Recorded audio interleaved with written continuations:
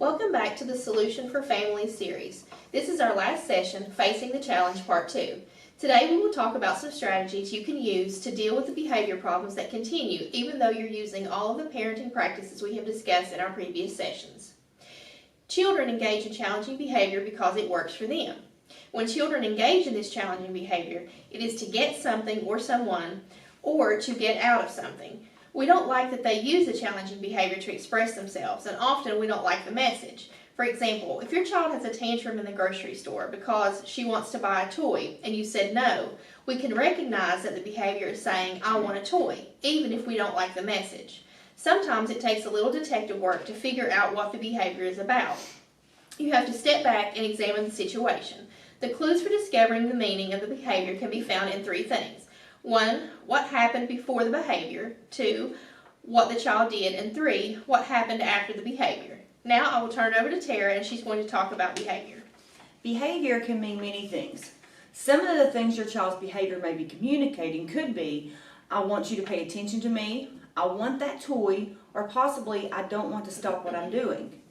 We may not like the message, but we can identify and understand it.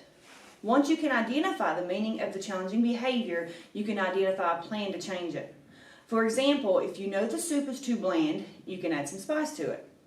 If all you know is that it's not right, there's not much you can do about it.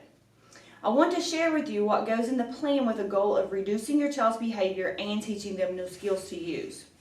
The three essential parts of the plan are: use preventative strategies to try to keep problem behavior from happening, teach your child new ways to communicate or new skills for participating in routines and expectations, and make sure that your child's problem behavior won't work for them. Our goal here is to minimize the possibility that your child will use challenging behavior.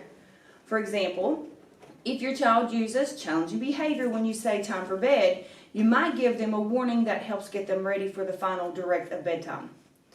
You might say 10 minutes to bedtime, and then 5 minutes later, 5 minutes to bedtime, and then state the direction, "It's bedtime." It may also help to include choices. "It's bedtime now, you can choose to read 2 books or listen to some music while you fall asleep." It might sound as if I'm recommending that you accommodate your child when they are misbehaving, and in a sense I am. I'm recommending that you change the condition of the task to minimize the likelihood that your child uses challenging behavior. When you do that, your child will be calmer and better able to learn the routine, new skills, or your expectations for behavior. Now, Bree will share some preventive strategy examples with you. Here are some examples. 1. Simplify the task. Instead of asking them to make their bed, simply ask them to straighten the blanket up. Explain what will come so they're not caught off guard. Show them pictures of books of what may happen. Make them feel comfortable. Use a job chart. This will give them a visual of what to do and how to do it. Reduce distractions. Make sure it's just one-on-one. Offer help. When you see them completing a difficult task, offer help before you see them getting aggravated and frustrated. Prepare the activity ahead of time. Nobody likes to wait. Make the activity fun. Children will do better if they enjoy the activity. Now I'm going to turn it over to Marlena. We are going to use prevention strategies to make the routine easier for the child to do without using challenging behavior. But we are not going to stop there. We can't just make everything okay or better for children. We must have expectations for them also. Our first effort at teaching new skills is to teach a replacement skill for the challenging behavior.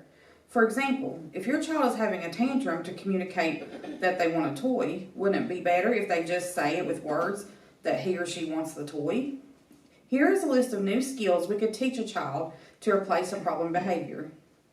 Ask for a turn, ask for an object, ask for an activity, ask for help, ask for a hug or ask to leave, say no, say I don't want to, make a choice, and follow a schedule.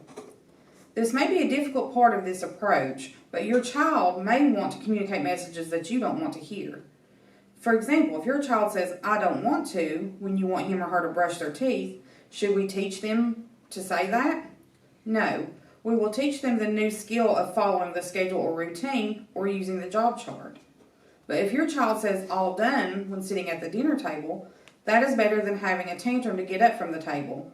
You can then say one more bite and then all done. And now Bridget is going to talk about new responses. I will discuss with you some ways to use new responses when your child is demonstrating challenging behaviors. When you begin to implement your plan, your child will still have some challenging behaviors.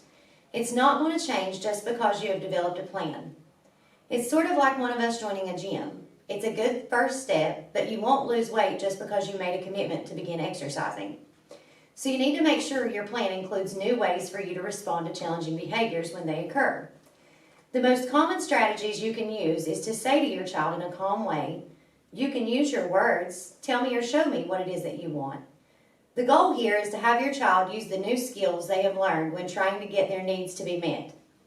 Sometimes we can't let children have what they want. For example, telling your child, you must sit in your car seat, take your medicine, take a bath, get dressed, or stay in your own bed.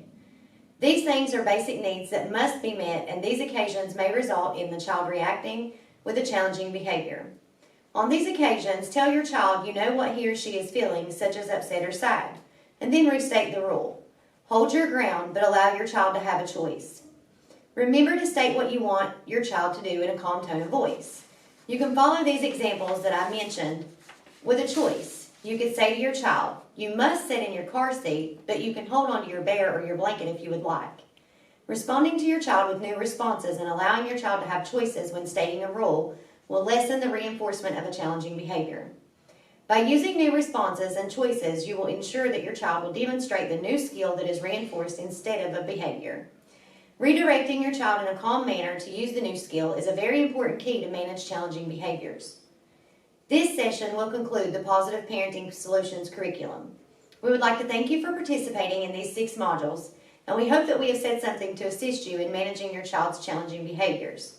If you haven't done so, please take the pre-survey that was sent out earlier in the week. Complete both the pre and post survey to be entered in a drawing to win a gift card. And again, we thank you so much for your participation.